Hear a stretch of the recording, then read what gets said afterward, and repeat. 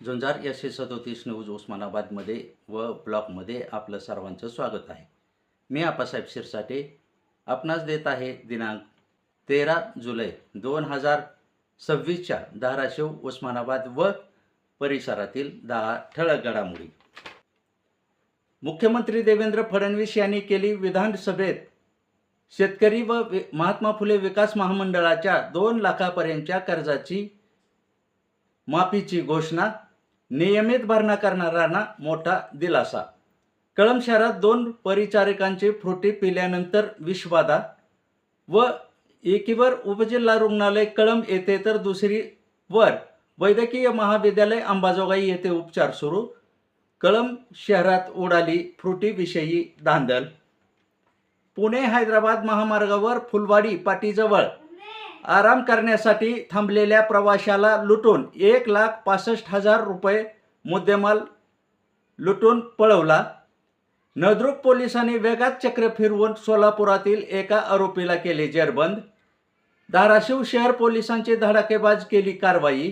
25.5 लाखाचा प्रतिबंधित गुटखा केला जप्त. 6 जणांविरोधात पोलीस निरीक्षक कुमार दराडे यांच्या मार्गदर्शनाखाली पोलीस उपनिरीक्षक दिगोळे हे करीत आहेत तपास. नळदुर्ग येथील नगरपालिकेतील कर्मचारी मारहाण प्रकरणी आरोपी म्हणून आरोप असलेले लक्ष्मण बनकर आणि सुनीता बनकर यांची पुरावा सिद्ध न करू शकल्यामुळे केली सत्र न्यायालयाने निर्दोष मुक्तता. परांडा येथील शासकीय दस्तावेजाचा गैरवापर करून मृताच्या नावावर असलेले करोडो रुपयाची जमीन हडप केल्याचा प्रकार उघडकीस आल्याने 4 जणांवर झाला परांडा येथे गुन्हा दाखल. निजामजावळा येथील आहे हा प्रकार. जिल्ह्यात चोराचे संकेत होत आहे वाढ.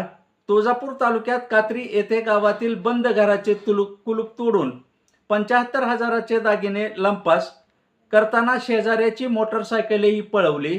तुळजापूर येथे शरद सोनवणे यांच्या फिर्यादीवरून अज्ञातावर झाला गुन्हा दाखल.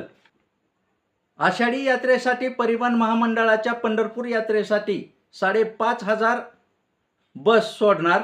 ग्रुप बुकिंग असेल तर वारीसाठी बस गावातून थेट पंढरपूरपर्यंत सेवा मिळणार असल्याची केली परिवहन मंत्री सिंह सरनाईक यांनी घोषणा. येडशी परिसरात अंदाजे 45 ते 35 वयाचा मृतदेह सापडला. याविषयी कोणाला काही माहिती असल्यास ग्रामीण पोलीस ठाणे धाराशिव येथे संपर्क साधण्याचे आवाहन. तेरणा जनसेवेचे केले आरोग्य सेवा सुरू. भूम येथे सुरू केले जनसेवा केंद्र. मुंबई येथे उपचारार्थ धाराशिव येथे हेलपाटे घालणाऱ्या रुग्णास मिळाला मोठा दिलासा. ह्या होत्या धाराशिव, उस्मानाबाद व परिसरातील 10 ठळक घडामोडी.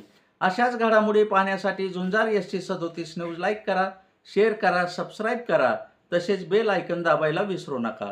पाहत रहा झुंजार 137 न्यूज उस्मानाबाद यूट्यूब चॅनल. धन्यवाद.